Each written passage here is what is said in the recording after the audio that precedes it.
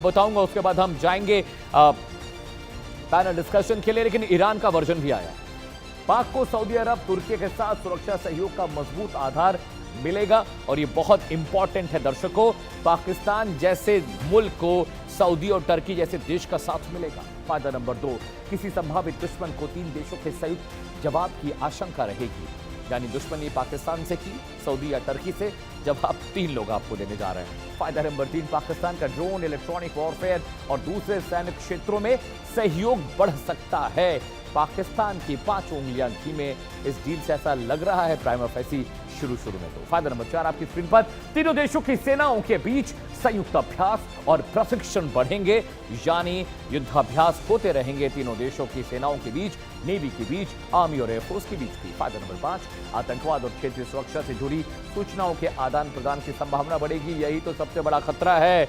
Intel sharing हो जाएगी जो भारत के लिए मुश्किल पैदा कर सकती है।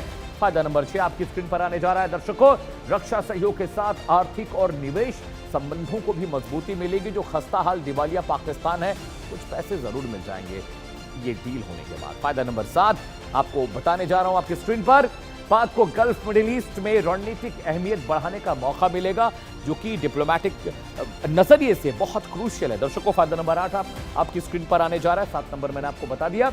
8वां फायदा, पाक की साझेदारी का इस्तेमाल भारत के मुकाबले अपनी बार्गेनिंग पावर बढ़ाने के लिए करेगा, इसमें कोई शक नहीं है। बार्गेनिंग पावर बढ़ जाएगी जब सऊदी तुर्की आपके साथ खड़े हो जाएंगे। फायदा नंबर 9, पाक के पीछे बड़े सुरक्षा संकट में 2 प्रभावशाली साझेदार, 2 दोस्त रहेंगे। यानी पाकिस्तान ज्यादा मजबूत, ज्यादा ताकतवर खुद को महसूस करेगा। लेकिन अब पेश तो अभी आया है, ईरान का बयान आया है इस डील पर। ईरान ने क्या कहा है आपको सुनना चाहिए, समझना चाहिए। जरा वो भी आपको समझा देता हूं ग्राफिक के जरिए। नई डिफेंस डील पर ईरान का बयान आया। क्या कह रहे हैं वो? तुर्की पाकिस्तान के साथ कागजी समझौता हुआ है। ये defence deal just a paper work for us, it will not affect anything. Info number 2 आपकी स्क्रीन पर आने जा रहा है दर्शकों। जी हां, डिफेंस डील सऊदी को सुरक्षा नहीं दे सकता। सीधा 2 टूक, ये डील सऊदी को नहीं बचा पाएगी। ईरान जब चाहेगा घुसकर मारेगा।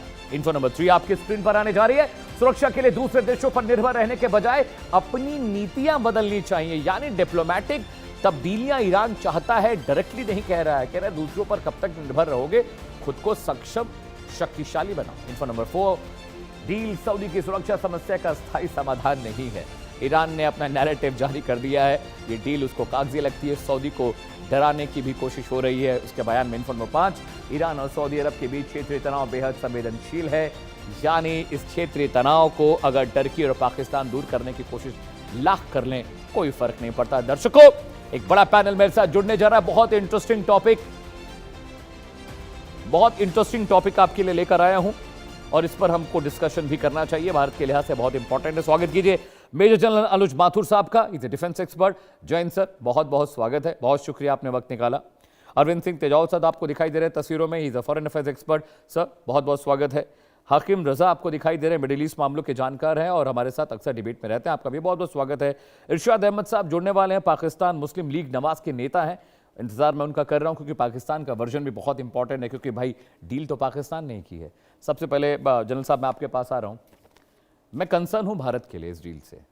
पाकिस्तान जैसा मुल्क, फटेहाल मुल्क, दिवालिया मुल्क, उसके पास पैसा भी आ गया और डिफेंस टेक्नोलॉजी भी। कितना नुकसान भारत को होता देख रहे हैं, या सिर्फ ये सच में ईरान ने जो कहा कि this is just a paper, इसका कोई मतलब नहीं है?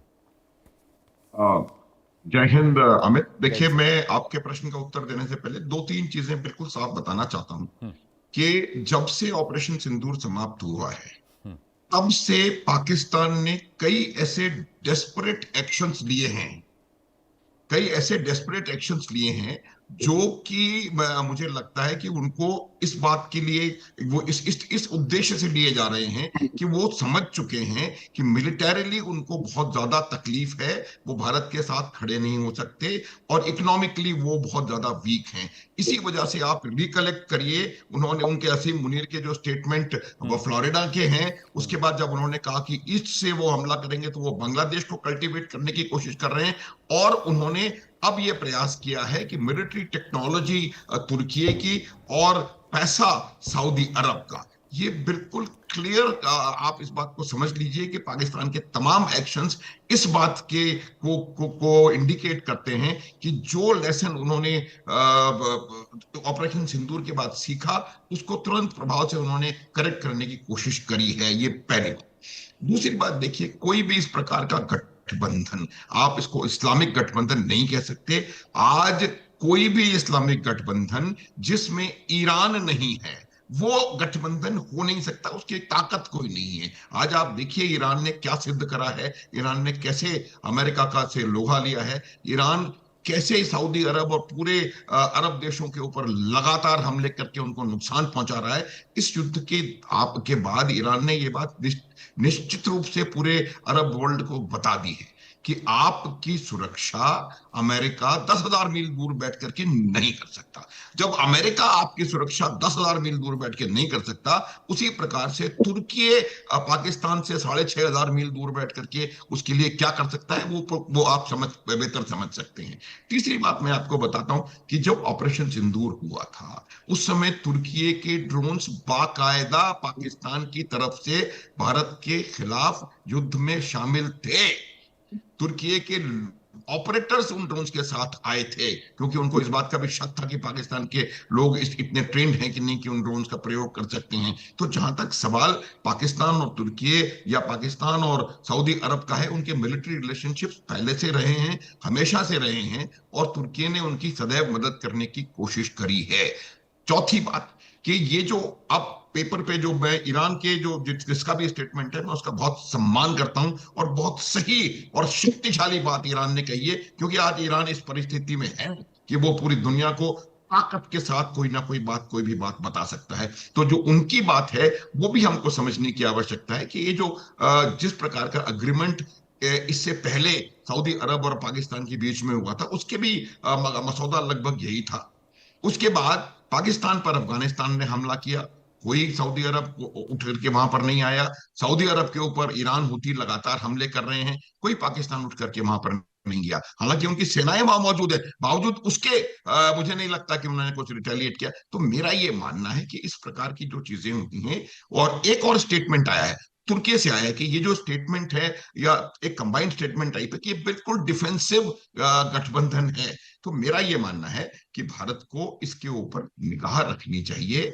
इस प्रकार के एग्रीमेंट का मतलब ये नहीं है कि अगर भारत और पाकिस्तान के बीच में टेंशन होते हैं तो उसी समय तुर्क अंकारा और रियाद कूद करके युद्ध के बीच में आ जाएंगे। ये भी तो बात ये समझने की है कि इसके ऊपर हमें नजर रखने की आवश्यकता है।